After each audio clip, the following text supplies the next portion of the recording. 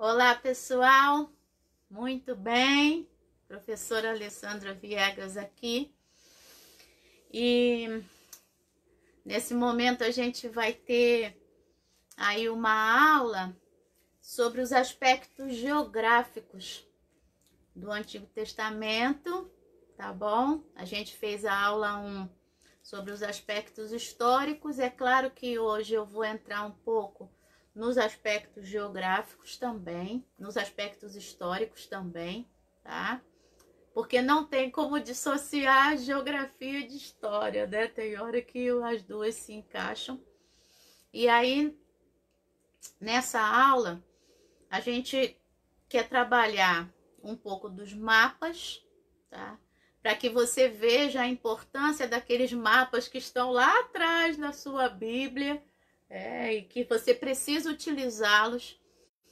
E uma das coisas mais legais para se trabalhar, tá? Para se entender a Bíblia e para se trabalhar a Bíblia no ensino, é você conseguir trazer para os alunos, para os ouvintes, a costura, a ligação, tá? Entre o texto bíblico, a sua história, o seu contexto e aqueles mapas, tá bom? E conhecer alguns aspectos daquele momento lá. E claro, conhecer um pouco dessa geografia, em que momento esses mapas se encaixam na história de Israel, do Antigo Testamento, e na sua Bíblia, nos capítulos da sua Bíblia, tá? Então, vamos tentar fazer isso, né? Nesse momento. Primeira coisa importante seria você abrir sua Bíblia no livro do profeta Isaías, capítulo 43, versículo 19 até o versículo 21. Eu quero ler com você esse texto, tá? Esse é um dos textos que vai falar da maior bênção para aquela região geográfica ali de Israel, tá? Para o que a gente chama não só Israel, mas o Antigo Oriente Próximo, que a gente já vai falar já que lugar é esse, tá? Então, olha só, qual é a maior bênção para uma região árida? Água. Então, quando o Antigo Testamento, quando Deus vai falar de água, ele está falando da maior bênção para aquele povo, tá?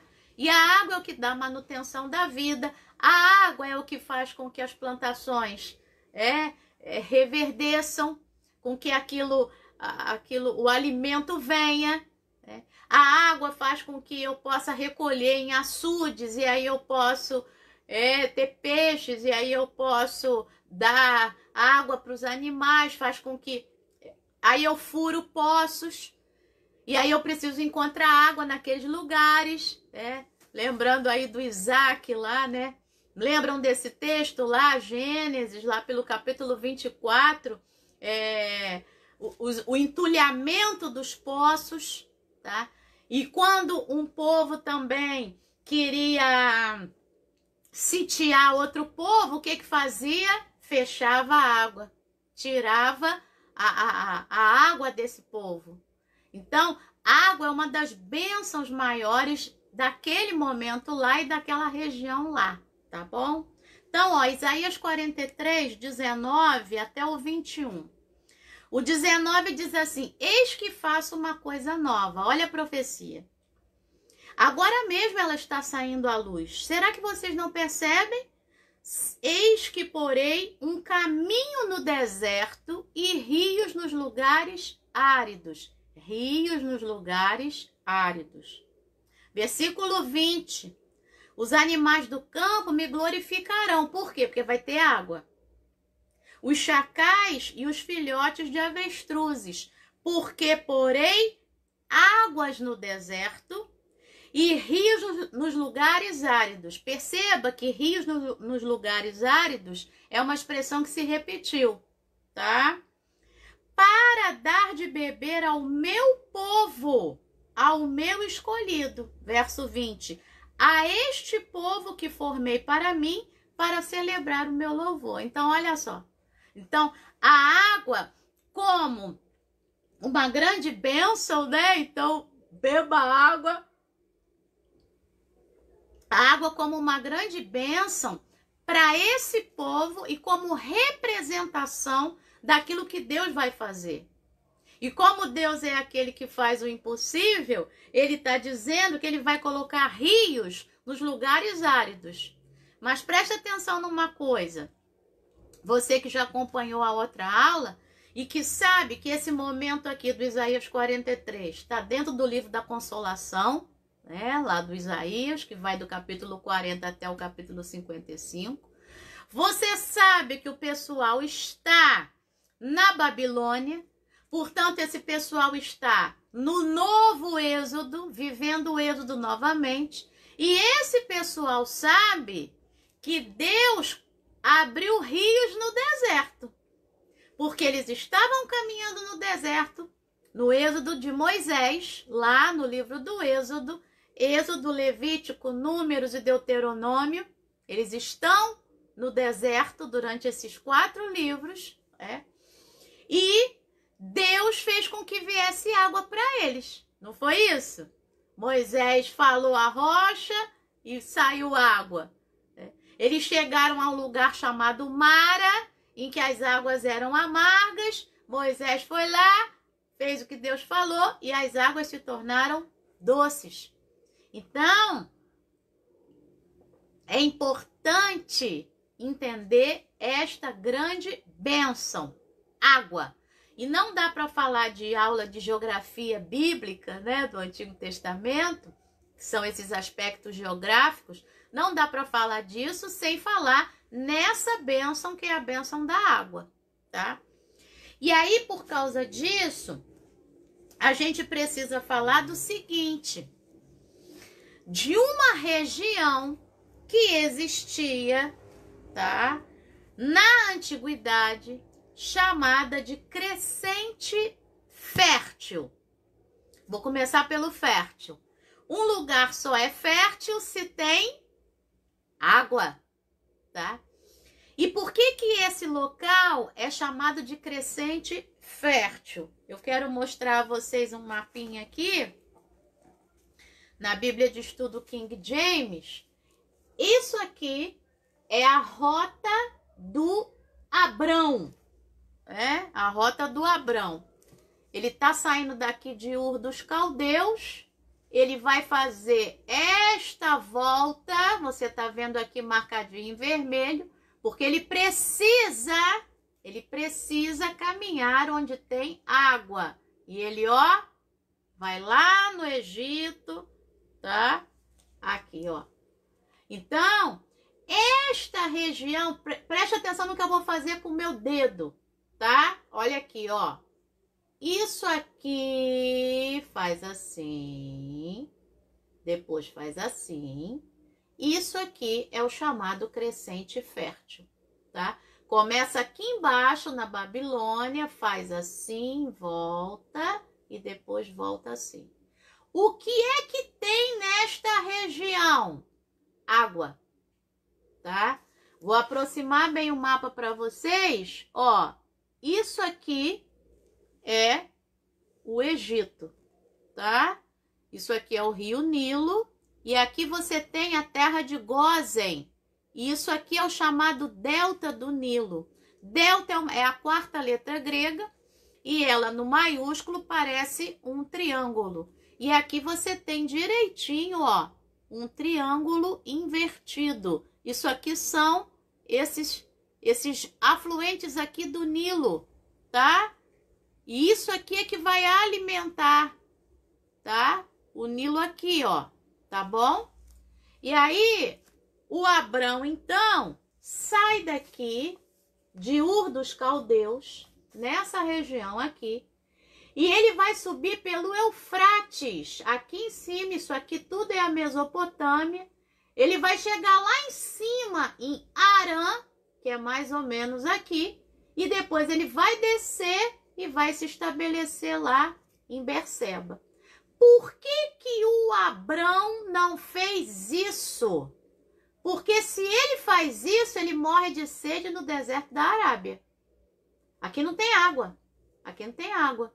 Ele precisa subir o Eufrates, fazer todo o caminho, chegar lá em cima perto da Síria e descer depois, beirando o Jordão e as cheias do Jordão, para depois chegar lá embaixo, tá?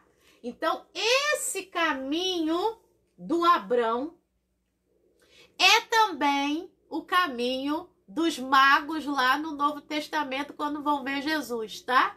Porque esta região aqui não é Ur dos Caldeus, a cidade de onde o Abrão vai sair? Caldeus, lembra Caldeia. E os magos vêm da Caldeia para visitar Jesus. Eu costumo brincar, né? Que a gente coloca as criancinhas lá no teatro da igreja, aí lá o nenenzinho Jesus e as crianças, aí daqui a pouquinho lá vem os magos lá no presépio, tá tudo errado, porque os magos só vão chegar quase 2 anos depois, e é por isso que o Herodes vai mandar matar as crianças de 2 anos para baixo, não é verdade? Tá? Então o Abrão também, ele demorou um tempão para fazer esse caminho, essa curva, tá? Essa curva do crescente fértil. E que lugares fazem parte do crescente fértil? A Mesopotâmia, tá? Que tem o Tigre e o Eufrates. E por que o nome Mesopotâmia? Porque aqui, ó, o Tigre tá aqui e o Eufrates tá aqui. O Tigre é esse, o Eufrates é esse aqui. Eu tenho uma terra no meio e eu tenho um bocado de terra em volta. Então, por que deram esse nome Mesopotâmia para esta região? Porque, na verdade, foram os gregos que deram esse nome. Meso significa no meio de ou entre. E Potâmia vem de Potamos. Potamos é a palavra rio. Tanto que tem o hipopotamos, que é o quê? O cavalo do rio, né? É aquele animal que vive ali nos rios, que vive na água, tá? Então, Mesopotâmia é a terra entre rios. Esse nome foi dado pelos gregos. Certamente não tinha esse nome antes, mas aí os gregos vão dar esse nome e é o nome pelo qual essa terra, toda essa região vai ficar conhecida. E o que tem na Mesopotâmia? Na Mesopotâmia tem a Babilônia, mais aqui, e a Assíria, mais aqui em cima. E por que esses impérios se formam? Porque tem água. Tem água. Para levantar um império tem que ter vida, para ter vida para trabalhar, gente para trabalhar. E gente para trabalhar precisa de comida e de água, né? E mais, então o crescente fértil é formado aqui pela Mesopotâmia, tá? Pela região aqui de Israel, e quando eu falei de Antigo Oriente Próximo, é esta região aqui, Israel e o Oriente Próximo ali deles, tá? Aqui é o Mar Mediterrâneo e aqui embaixo o Egito com o Nilo. Então a gente tem o Tigre e o Eufrates, a gente tem o Jordão e a gente tem o Nilo. Então, essa região, então, é a região na qual o Antigo Testamento acontece. Os textos do Antigo Testamento estão inseridos nesta região aqui, tá? Toda essa região. Então, por isso que é importante a gente entender esses mapas que vão fazendo com que a gente consiga perceber o texto bíblico de uma forma mais palpável. Ó, essa Bíblia ela é toda ilustrada, então olha aqui algumas imagens que são reais, né? Imagens tiradas de tumbas dos faraós, né? Então, o que você tem no Egito? Alimento, tá? Você tem animais precisam de água para beber, e aqui você tem o animal levando, né, criancinhas e levando alimento, tá? Embaixo a mesma coisa. Então, se você tem pessoas, você tem animais, você tem alimento, você tem água naquela região, tá bom? Muito bem. Bom, aí vamos então caminhar. O Abrão recebe uma promessa no Gênesis capítulo 12, você já sabe disso. E essa promessa só vai se cumprir totalmente de que ele vai ter uma terra e de que ele vai ter uma descendência. A descendência se cumpre logo, né? 25 anos depois, isso é logo. Porque a terra que foi prometida ao Abrão, na verdade, só vai ser completa, e daqui a pouco a gente mostra esse mapa debaixo da dinastia de Davi, você já sabe disso, tá? Se você assistiu a aula anterior. Bem, o que a gente tem aqui agora? Tá? A gente tem a rota do Êxodo. Quando você vir esses dois bracinhos aqui, já tem que vir na sua cabeça o quê? Mar Vermelho, né? Onde você tem esses dois bracinhos aqui do Mar Vermelho. Aqui, ó, o Baixo Egito, tá? Bem aqui. A terra de Gósen. E aqui você vê muito bem os afluentes, tá? Do Nilo, ó. Ó, coloquei bem pertinho. Olha aqui, olha aqui. Olha o delta do Nilo aqui, o triângulo, tá? E aí o povo, né? Que poderia ter ido assim, tá bom? Só que é aquilo. Se o povo vai assim, também não ia ter água para eles não, tá? Deus ia fazer o milagre lá. O povo vai descendo, mas aqui também não tem água. Porque aqui é o deserto do Sinai, a península do Sinai, o deserto do Sinai também não tem água, né?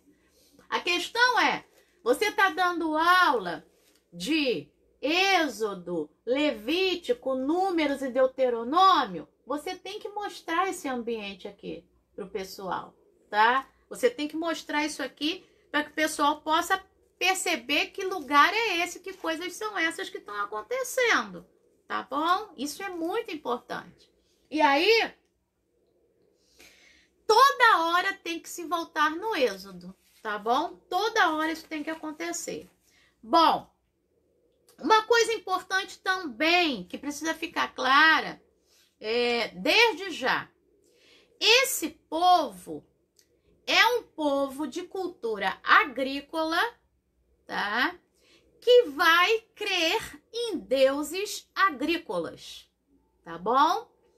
É por isso que Deus vai dizer que ele vai abrir rios no deserto. É por isso que Deus vai dizer que ele vai colocar um caminho no deserto. Ele vai colocar água nos lugares ermos, tá? Ele vai mandar a chuva temporã e a seródia, tá? As primeiras chuvas, seródia. As últimas chuvas, temporãs. Por que essa fala? Porque eu creio num Deus que manda a chuva, eu preciso crer num Deus, né? Que o pessoal não acreditava muito, não. Num Deus que vai mandar a chuva na hora certa. Num Deus que vai fazer a terra ser fértil.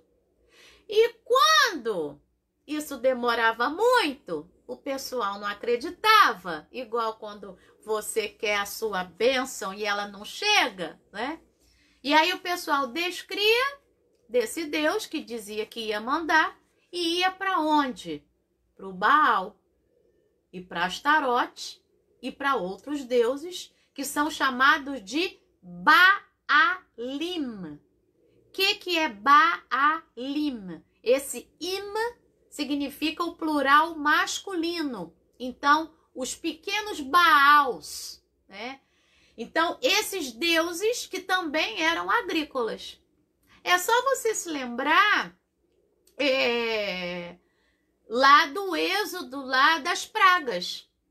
Aquelas pragas, na sua grande maioria, são pragas para matar o quê? A plantação, o alimento. Ah, mandou nuvem de gafanhoto. Não é isso? Mandou mosca. O Nilo virou sangue. Ora, quando o Nilo vira sangue, e agora? Que água que eu vou beber? Com que água eu vou regar as plantações? Que água eu vou dar para os animais? Ora, quando vem a praga dos gafanhotos, a praga das moscas, a praga das rãs, e agora? O que acontece com a minha plantação, com o meu alimento? Tá? Então, nessa cultura agrícola, eu tenho deuses agrícolas. Então, o Baal, a Astarote e os outros deuses, os vários tipos de Baal, vamos dizer assim, né, que tem vários nomes lá para Baal, vários atributos, são deuses que vão interferir diretamente na agricultura. E aí é por isso que tem a questão lá das sacerdotisas, tá? Da relação sexual com a sacerdotisa, porque a relação sexual representa o sêmen caindo, né, na sacerdotisa, significa a água caindo na terra e fertilizando a terra. Isso tudo tá junto e misturado, tá bom? Então é necessário entender isso daí, certo? Bem, continuando, vamos lá. Essa aula deve ficar um pouquinho mais longa que a nossa última aula. Muito bem. Então, essa fertilidade, tá? Essa chuva que me traz alimento, que me traz água, e aí existe uma proposta de Deus. Qual é a proposta de Deus? A proposta de Deus é fazer com que esse povo confie nele. E muitas vezes esse povo não confia nesse Deus, tá? E aí é que começam os problemas. E também é legal pensar no Salmo 23, né? Desse Deus que me leva às águas tranquilas, né? E quando eu tô nas águas, ele refrigera a minha alma. Não é isso, tá? Então, essas águas tranquilas, tá? Essa bênção lá do Salmo 133, ó, quão bom e quão suave é que os irmãos vivam em união, né? É como o orvalho do Hermon que desce pelos montes de Sião. Ora, orvalho é o quê? É água. Então, olha só, a bênção da amizade, a bênção de estar junto com meu irmão, é tão gostosa como o fato de eu ter orvalho. O fato das minhas plantações serem molhadas pelo próprio Deus, né? O poder de Deus molhando as minhas plantações a partir do orvalho, tá? E aí depois fala do azeite, né? Sobre a barba do Arão e vai descendo e tal. Tudo isso são bênçãos, tá? Tudo isso são bênçãos. Então, a água vai estar sempre ligada a uma grande bênção, tá bom? Muito bem, vamos correndo então. Então, ó, Gênesis, já vimos Êxodo, Levítico, Números e Deuteronômio.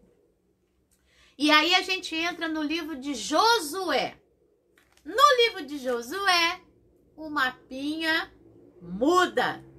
No livro de Josué, vão começar a acontecer as conquistas. E aí, essas conquistas que vão começar no livro de Josué, vão continuar no livro de Juízes e vão continuar no livro de Samuel. Então, vou mostrar 3 mapinhas agora, tá bom? O primeiro é esse aqui. O que é bom que ele tá bem colorido, bem colorido, tá? Deixa eu fazer assim para ficar bom para você ver. Olha só. O que eu tenho aqui? Eu tenho aqui as 12 tribos de Israel. Tá? Cada uma delas pintada de uma cor, certo? Então, eu tenho Simeão, Judá. Aqui eu tenho Efraim desse lado, tá? Tem o Manassés aqui em cima, uma parte do Manassés, porque Manassés são 2 partes. Eu tenho o Manassés ocidental, que é depois que atravessa o Jordão, né, que é a Transjordânia. E eu tenho o Manassés oriental, que é antes de atravessar o Jordão, tá? Que é a Cisjordânia, tá? Aqui eu tenho Gade e eu tenho Ruben.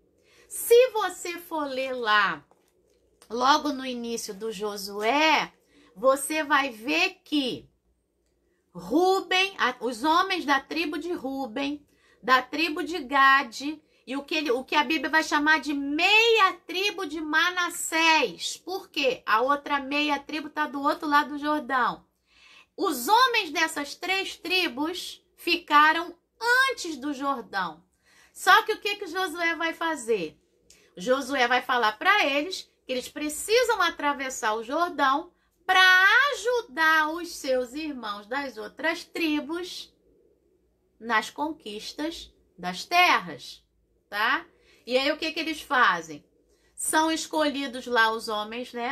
Os homens mais fortes e tal. Ficam poucos homens, mulheres, crianças e idosos em Ruben, em Gade e na metade de Manassés ficam lá já estabelecidos, né? E os homens de guerra vão com o Josué e com os outros para quê? Para conquistar o restante da terra aqui, tá bom? Então tá vendo como é que é legal? Tem que fazer isso para o pessoal poder entender, para você que está aí do outro lado entender e a você passar isso à frente, até porque a gente está dando aula aqui para estudiosos já da Bíblia, né? Então olha só, tá? Então aqui você tem Ruben, Gade e a meia tribo de Manassés, antes do Jordão. O Jordão tá aqui. Isso aqui azulzinho é lá o Mar da Galileia, que nesse momento se chama Mar de Quinerete, tá? E isso aqui azulzinho clarinho também é o Mar Morto. E aqui você tem as outras tribos, tá? Azer, isso mesmo, aqui em cima. Azer, Naftali, Dan, Issacar, Zebulon, tá todo mundo aqui, tá bom? Isso aqui. Agora, então, eu mostrei esse mapa, que é a representação da divisão das terras. Só que isto aqui é o ideal do livro de Josué, Juízes, tá? É o ideal. Mas o que é o real? Por isso que eu fiz questão de mostrar nessa Bíblia aqui. Não tem esses mapas na internet de maneira que eu pusesse aqui. Então, o melhor mesmo é mostrar dessa forma, tá? Olha bem, esse mapinha agora vai mostrar pra gente os limites do controle israelita e as áreas ainda a serem conquistadas. Preste atenção. Daquilo que Deus falou e daquilo que está determinado desde lá do Êxodo, quando começou-se a falar na divisão das terras, das tribos, o que está em verde é o que ainda não foi conquistado, nem no Josué, nem nos Juízes, nem no livro de Josué, nem no livro dos Juízes, tá? O que foi conquistado, ó, é o que está aqui nessa corzinha aqui, meio avermelhada. Isso foi conquistado. Mas isso aqui, que é parte da terra prometida e não foi conquistado ainda, tá bom? Esse verdinho aqui. Só vai ser conquistado debaixo da dinastia do Davi. Nem o Saul vai conseguir conquistar isso aqui, tá bom? Então, vamos para outro mapinha aqui. Então, ó, já percorremos o Pentateuco, né? Gênesis, Êxodo, Levítico, Números e Deuteronômio. Isso é bem legal, que fica bem didático, né? E aí a gente percorreu, então, Josué, Juízes e início de Samuel. Vamos para Samuel? Muito bem. Olha lá. Aqui você tem um mapinha das guerras de conquista do Davi. Vou mostrar um bem parecido já já, tá? O que está em roxo é de Saul. Isso que está em roxo é basicamente o que a gente viu naquele avermelhadinho no mapa anterior. E o que está em verde é o que o Davi vai conseguir conquistar, tá? E aí aqui você tem as conquistas. E agora eu vou mostrar um bem semelhante, só que maior, para você ter a noção dos outros lugares, tá bom? Olha aqui agora, ó. Reino de Davi e de Salomão. Presta bem atenção. Para você ter a noção agora numa escala, uma escala menor e numa amplitude maior aqui. Olha só. O que está em roxinho é do Saul. Olha o que está em verde. O que está em verde é a conquista de Davi. São todas as conquistas de Davi. Presta bem atenção, tá? E essa área aqui em marrom é uma área influenciada pelo Salomão, tá? Lembrando que ele casou lá com um montão de mulheres, né?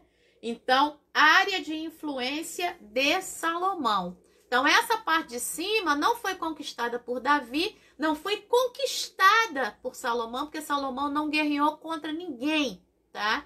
Mas é uma área em que Salomão influencia, em que Salomão tem certo poder, até porque ele casou com mulheres estrangeiras exatamente por causa das ligações políticas, tá?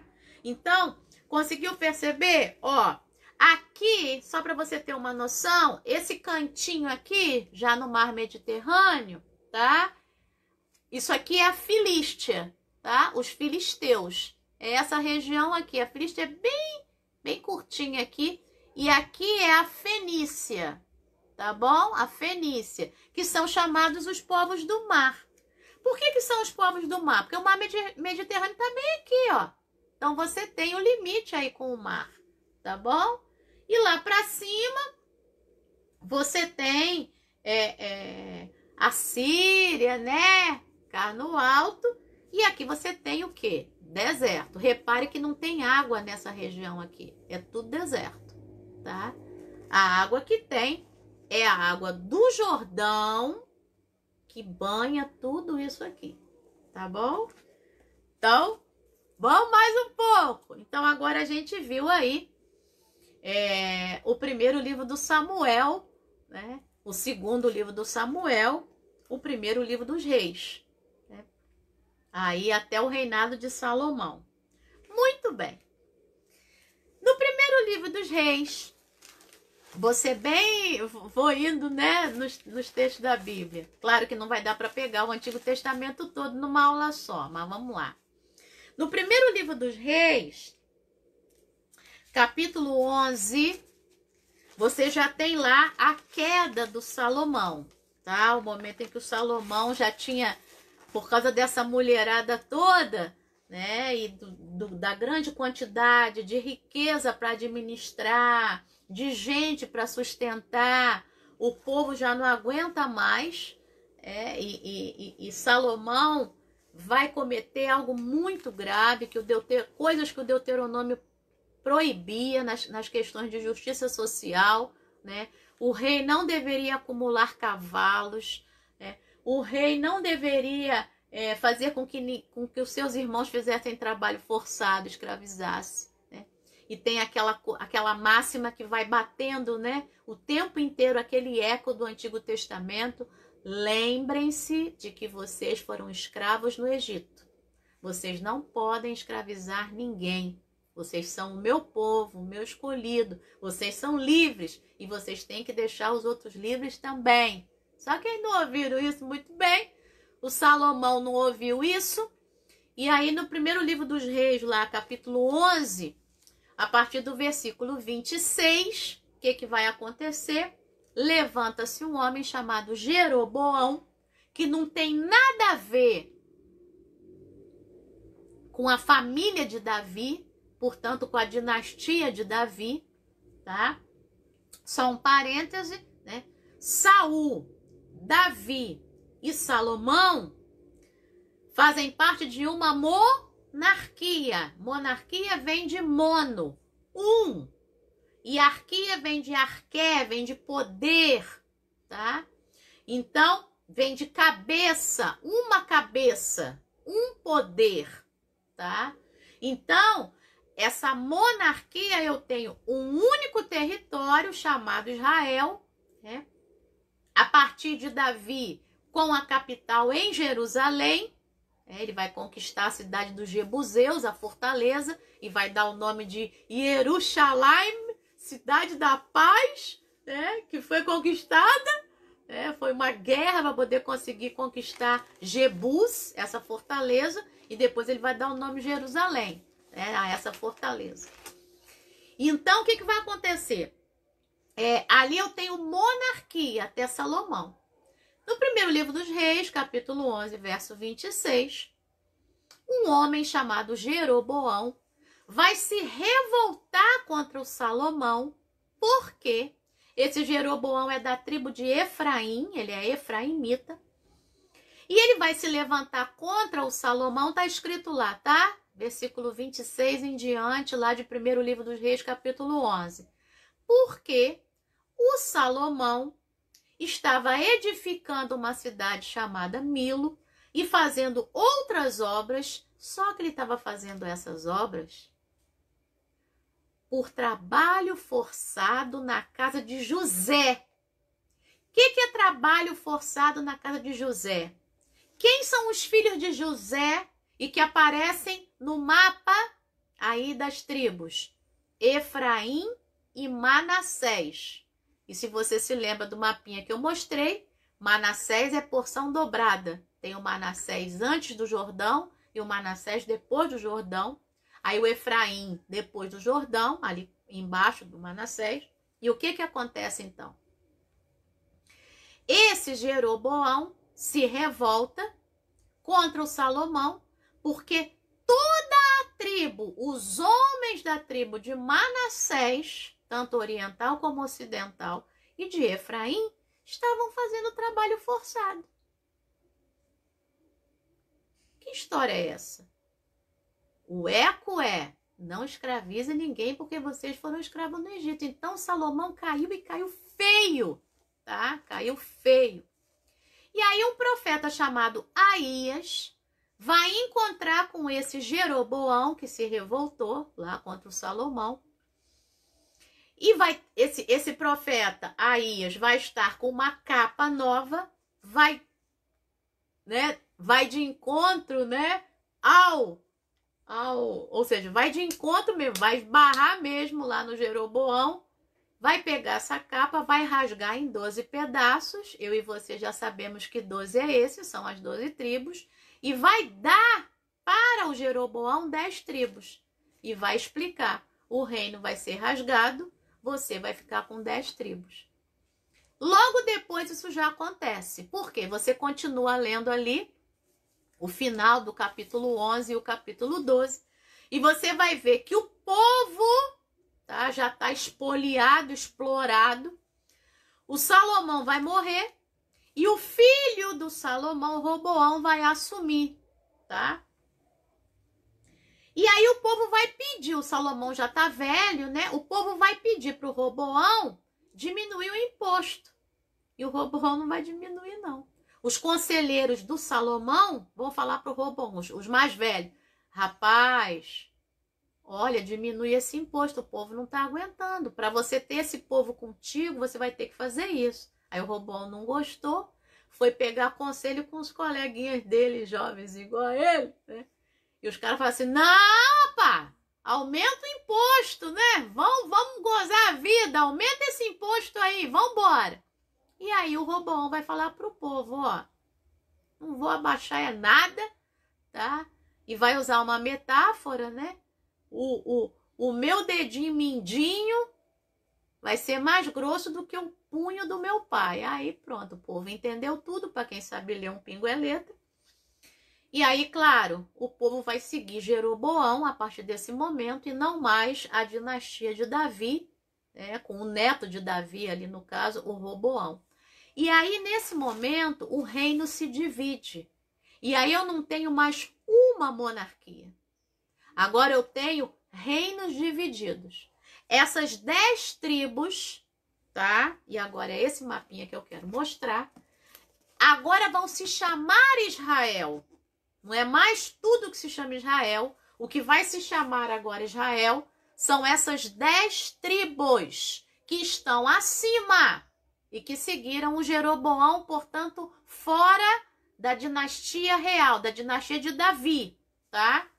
Então, esse verde aqui, inclusive, ó, o Manassés está aqui, tanto o oriental como o ocidental, porque o Jordão está correndo aqui, ó, tá? Então, essas tribos de cima, que vão ser as tribos do norte, então, o reino do norte, tá? A capital é Samaria, que é bem aqui. Deixa eu achar a Samaria aqui. A Samaria, a capital vai ser aqui, ó, Samaria. Portanto, esse verde são as tribos do norte, o reino do norte, as 10. E essa parte de baixo, tá? É o reino do sul, Judá e Benjamim. Benjamim é bem pequenininho, tá? Jerusalém tá mais ou menos aqui. E isso tudo embaixo é Judá. Olhando assim, você fala assim, poxa, mas é quase o mesmo tamanho, Judá é grande pra caramba e tal, né? Claro que tem isso daí. Só que em quantitativo e em qualidade de pessoas, aqui você tem muito mais do que aqui, tá? Lembrando que o norte, né? Você tem lá o Jordão, você tem lá o Mar da Galileia, tá? Você tem coisa muito fértil aqui. No sul, você já tem o Mar Morto aqui e você tem bastante deserto aqui embaixo, tá? Isso aqui, gente, é o Negueb, tá? Ou Negev. Isso aqui, o sul de Judá aqui. Isso aqui é o deserto do Negev, tá bom? Aqui tá Edom, ó, Edom, Moabe, Amon. Você tem os outros reinos aqui em volta, tá bom? Então, isso aqui já é o reino dividido, tá? O Davi conquistou tudo para depois o neto dele fazer essa bobagem. Mas Deus é o Senhor da história e Deus estava lá acompanhando tudo. Muito bem. E então a gente cobriu agora aí o primeiro livro dos Reis, a partir do verso 11. E aí a gente foi embora agora, a partir do capítulo 11, desculpa. E aí você pega o restante do livro dos Reis, do primeiro, todo o livro, o segundo livro dos Reis, o livro das Crônicas, o primeiro, e uma parte, né, que o início das Crônicas é o Salomão, depois entra nessa parte aqui, e o segundo livro das Crônicas ali, tá? O que vai acontecer então? No ano 723, ou 22, ou 21, tá? A Assíria, o Império Assírio, vai vir, tá? E vai invadir a Samaria. Portanto, vai invadir o Reino do Norte, tá? Invade a capital do Reino do Norte, vem contra eles e traz assírios e outros povos para viverem aqui, para obrigar os casamentos mistos.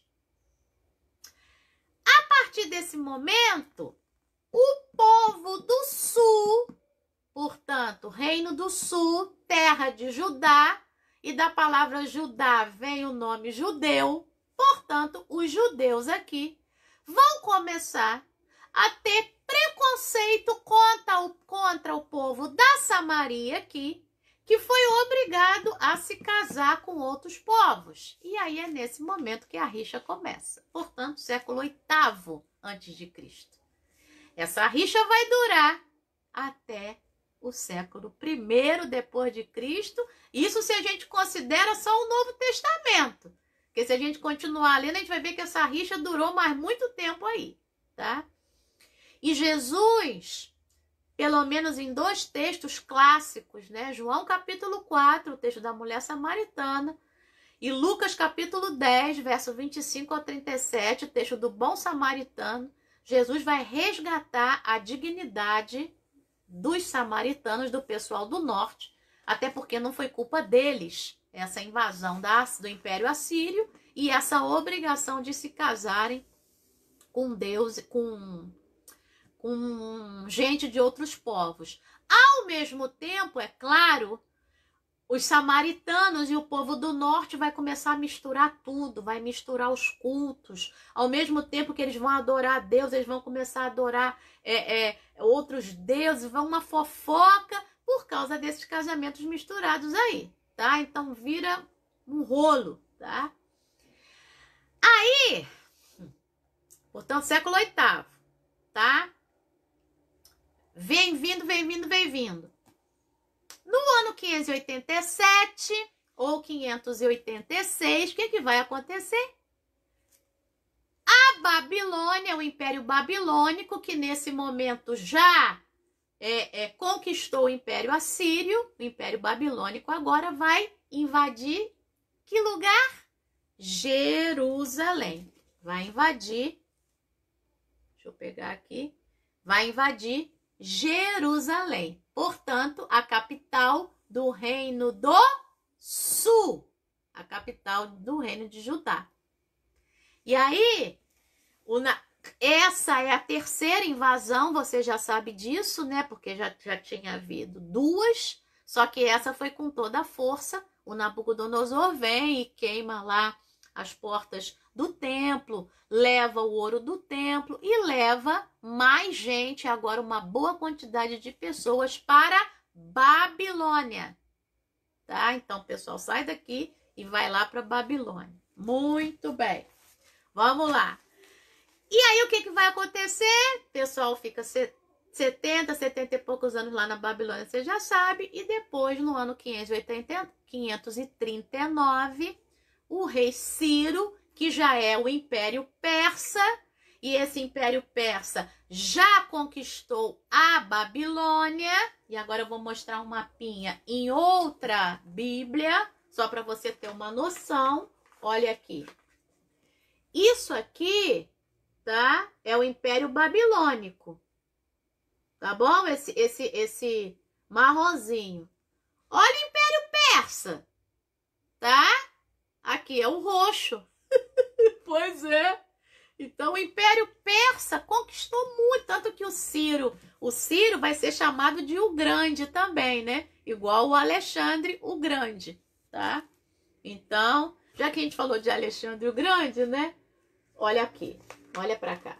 Aqui é o Império Babilônico, aqui é o Império Persa, aqui é o Império Grego do Alexandre, né? Macedônico grego, e aqui embaixo é o Império Romano. Então, só foi aumentando as conquistas. Claro, o know-how, né? Foi aumentando também os cursos de coach, de como você conquistar as outras terras também. A tecnologia do ferro, tudo isso foi se desenvolvendo mais. E, é claro, as conquistas aumentam até por causa disso, tá bom? Então, já que a gente está indo, né, no texto bíblico, mapa, história e tal, então vamos fechar o texto bíblico, tá? Bom, quando o Ciro dá a ordem para que eles retornem, aí você já está no final do livro das Crônicas e entrando no livro do Esdras, tá certo? O pessoal vem, tá? Vem uma primeira leva, depois vai vir uma segunda, tá? E depois vai vir uma terceira leva. Essa terceira leva é a leva que vem com o Neemias, na hora de fazer os muros ali de Jerusalém, tá bom?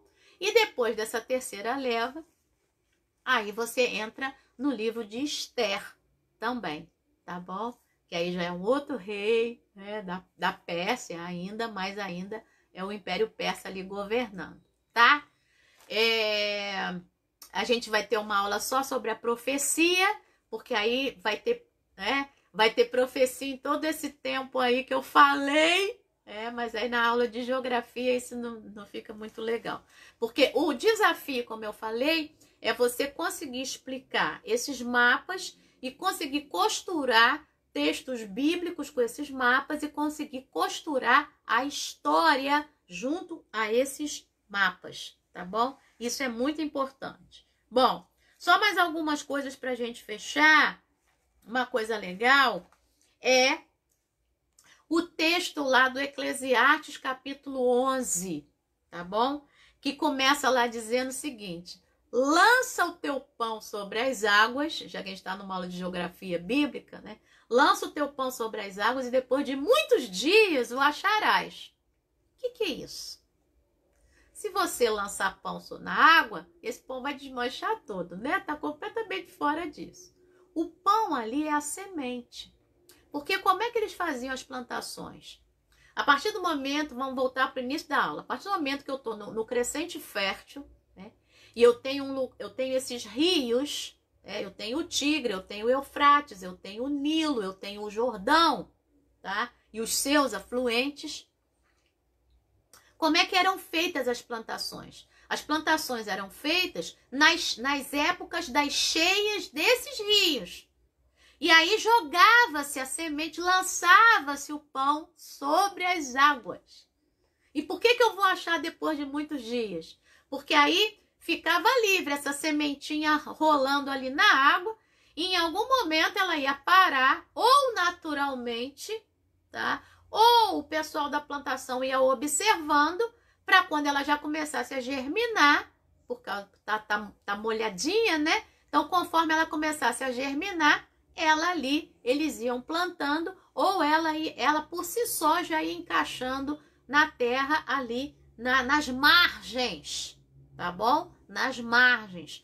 Há uma profecia lá em Ezequiel, quando ele fala da torrente das águas purificadoras, Ezequiel 47, você pode ir lá ler, porque lá você vai entender isso perfeitamente, né? Aquelas águas iam curando as margens.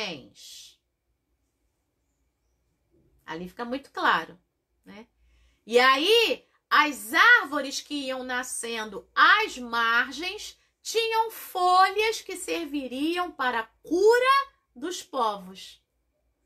A saúde vem a partir da água. E agora o que está me vindo à mente, né? O Salmo 1. Né? Bem-aventurado, né?